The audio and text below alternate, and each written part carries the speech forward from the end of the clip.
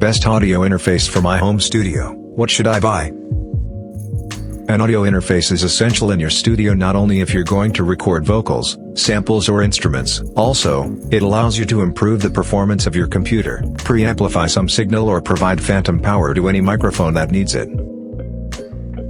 Focusrite Scarlett 2i2. Pros: boasts high-quality preamps and solid build quality, ensuring clean recordings and long-term reliability. Cons: its limited connectivity and lack of built-in MIDI support.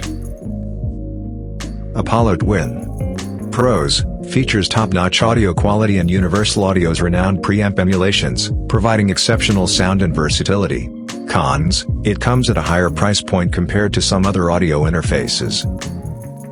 Behringer Euphoria 202 HD. Pros: featuring two Midas design preamps that deliver decent sound quality.